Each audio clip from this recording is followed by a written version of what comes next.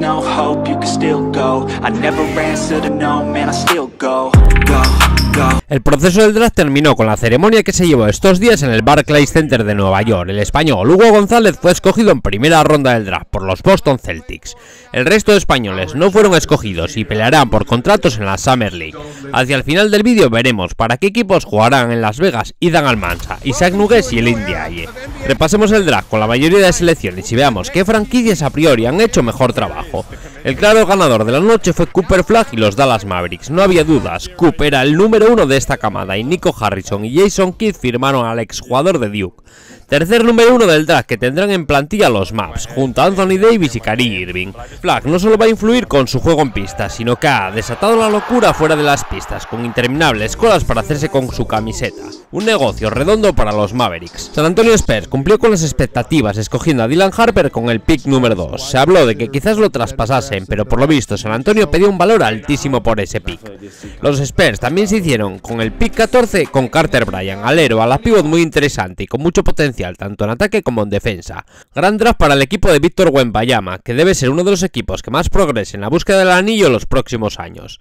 El pick 3 era de Filadelfia y Villa Morbo por su selección. Daryl Morey y Nick Nurse se decantaron por BJ Eche, con escolta de físico imponente que tiene una pinta brutal y será parte del presente y futuro de la franquicia. Los Sixers también firmaron a Johnny Broome en el pick 35 de la segunda ronda, un ala pivot o pivot, algo bajo, super veterano de la NCAA que quizás pueda aportar algo este año. Buen draft el de los Sixers.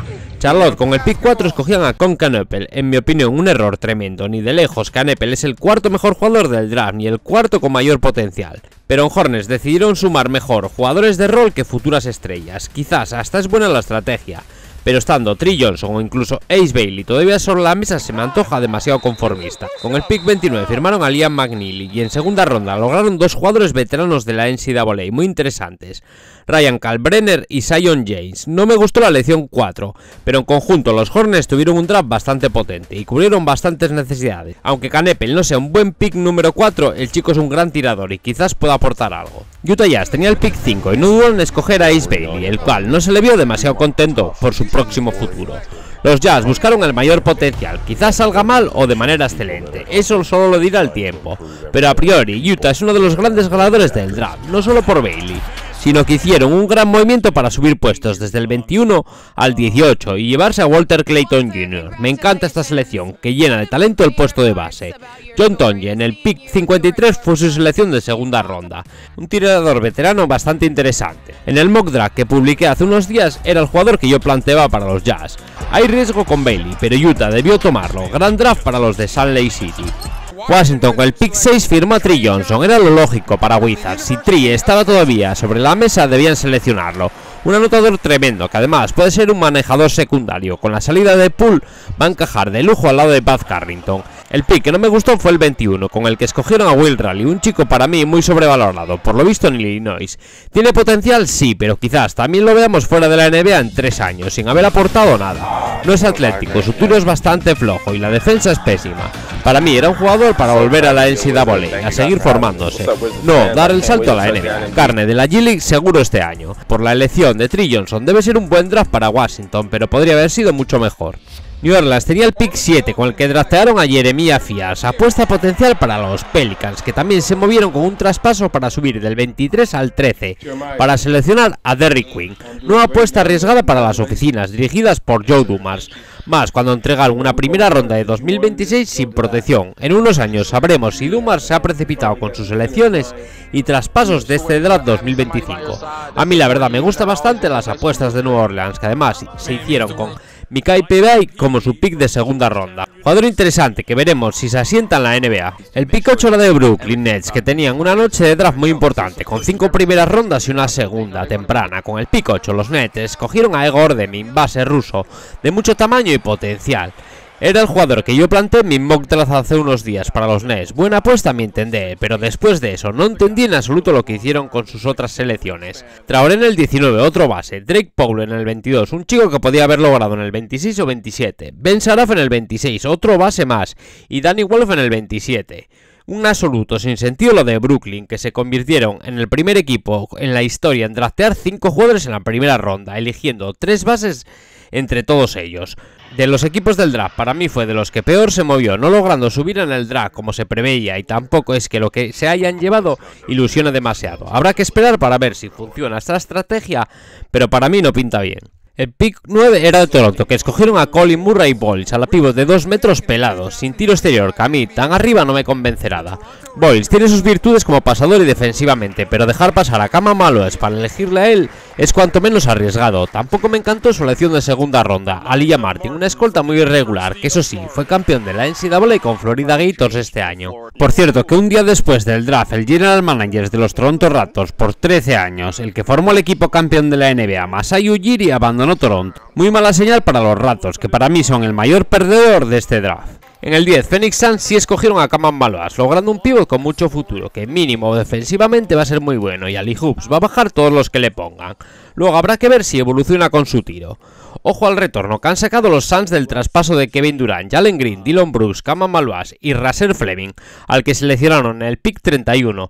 Además, se hicieron con Kobe Bryant en el pick 41, formando un muy interesante grupo de jugadores jóvenes que les ponen en la buena línea para el futuro. Gran trabajo desde las oficinas de Phoenix estos últimos días. El 11 era de Portland, pero lo traspasaron a Memphis, que escogieron a Cedric Coward. A mí no me convence demasiado, pero viendo la historial de elecciones de Memphis, que año con año aciertan con sus picks, quizás a mí se me haya pasado algo con Coward. Y su selección de segunda ronda me encanta, Javon Small, base eléctrico de West Virginia, al que escogieron con el pick 48. Veremos si logra convencer, porque lo tendrá difícil para tener minutos, con Ja Morant y Scottie Pippen Jr. por delante. Chicago con el pick 12 eligió al alapío francés Noah Essence, mucho potencial, pero a mí la verdad no me convence al juntarlo en la misma posición que a Matas Buzelis. Y Bulls quizás deberían haber buscado más un pívot. Veremos si Essence funciona. De primeras hay que decir que es un jugador muy egoísta, como demostró al acudir a la ceremonia del draft y abandonar a Radio Farul en su cuarto partido de la final de la Bundesliga, donde por cierto los de perdieron contra el Bayern. Como ya vimos con el 13, Quinn se fue a New Orleans, Carter Bryant en el 14 a San Antonio, Oklahoma escogió a Thomas Sorber en el 15, apuesta a futuro con un pívot, ala pívot muy joven. En segunda ronda escogieron a Brooks Barginzer, un chico al que no veo demasiado recorrido en la NBA, ya que es una escolta sin apenas tiro exterior. Draft un tanto regular el de Oklahoma, pero vamos, no le afecta en nada para los próximos años, donde se espera que pelee el título con la plantilla tan talentosa y joven que tiene. La gran sorpresa del draft la puso Portland con el pick 16, drafteando al pívot chino Hansen Yang, chico que estaba pronosticado entre el 30 y el 40, apuesta de unos Blazers que se cargan su plantilla con más interiores. Se supone que alguien saldrá traspasado, Ayton, Robert Williams o incluso ambos, ya que Klingan y Hansen Yang parecen el futuro de Portland. A mí la verdad no me gusta nada esta selección, podrían haberlo escogido mucho más atrás.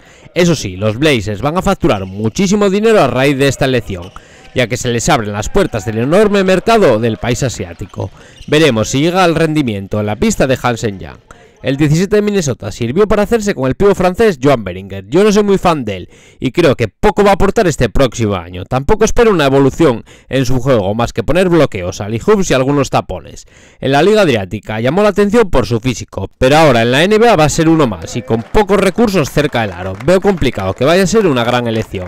Rocco Zikarski fue su pick de segunda ronda, otro pívot más, por lo que yo creo que ni Minnesota tiene demasiada fe en Beringer y esperan que por lo menos uno de los dos les funcione. En el 18 ya vimos a Walter Clayton Jr. para Utah Jazz, Nets a Traoré en el 19 y por fin en el 20 Miami Heat puso freno a la enorme caída de Kasparas Giannis, que estaba proyectado entre el 9 y el 12.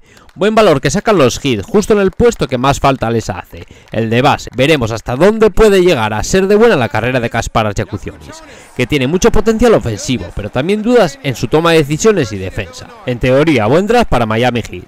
21 Will Riley como vimos para Washington, 22 Drake Powell para los Nets, 23 Atlanta firmó a Asan Ewell, a la pivot que jugó en la Universidad de Georgia, que seguro tuvieron muy controlado durante todo el año. Interesante jugador, sobre todo para el costado defensivo. Si logra evolucionar con su muñeca los Hawks, pueden haberse apuntado un tanto.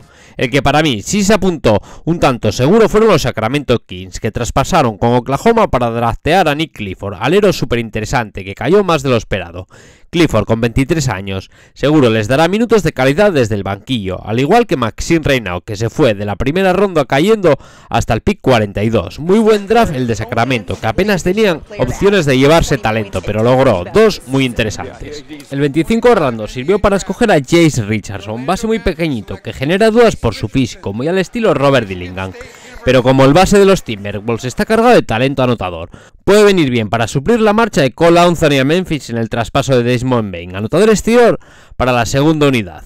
Hay un claro riesgo de que no funcione, pero es un pick 25, no un pick 10 o 11. Ben Sharaf el 26 para Brooklyn, que hizo dupla de israelíes con Wolf en el 27. El pick 28 era de Boston, que seleccionó a Hugo González, asegurando la primera ronda del madrileño. Hugo al final no recaló en Brooklyn, como era lo esperado, sino que Brad Stevens apuesta por él para la reconstrucción que provocó la lesión de Jason Tatum. Stevens contó en rueda de prensa que cuenta con Hugo para la próxima temporada y que llevaban años siguiéndolo, y lo que más le gusta es su carácter ganador, además de desvelar que tuvieron una entrevista vía Zoom donde convenció mucho que Hugo estuviese dispuesto a ocupar cualquier rol que le asignasen. Hay que ver cómo queda conformada la plantilla de Boston, que ahora mismo tiene 14 jugadores, pero que Stevens podría mover varios de ellos en los próximos días en busca de aligerar salarios y buscar juego interior, donde los Celtics tienen un agujero bastante grande, con las dudas del retorno de Al Horford y Luke Kornet. Hugo deberá pelear sus minutos con otros exteriores drafteados los dos últimos años, como Baylor Schiederman, Jordan Walls o J.D. Davison. Esta primera toma de contacto con la NBA del español llegará en la Summer League de Las Vegas entre el 10 y el 20 de julio. Allí Boston también probará a sus selecciones de segunda ronda, Mari Williams y Max Sulga. La Summer League será un gran momento para Hugo, donde se vestirá de verde por primera vez. Su primer partido contra Memphis es el 11 de julio, el 13 serán los Knicks, 14 Miami, 17 la rivalidad histórica contra Lakers. Hugo llega a uno de los equipos más icónicos de la NBA, el que más títulos tiene y con una tradición enorme que a día de hoy sigue vigente en la organización, que cada año espera ganar el anillo de la NBA. Esto no será nada nuevo para Hugo González, ya que viene del Real Madrid, donde el nivel de exigencia también es máximo y la victoria el único objetivo. Eso sí, ahora va a ser al máximo nivel del baloncesto mundial.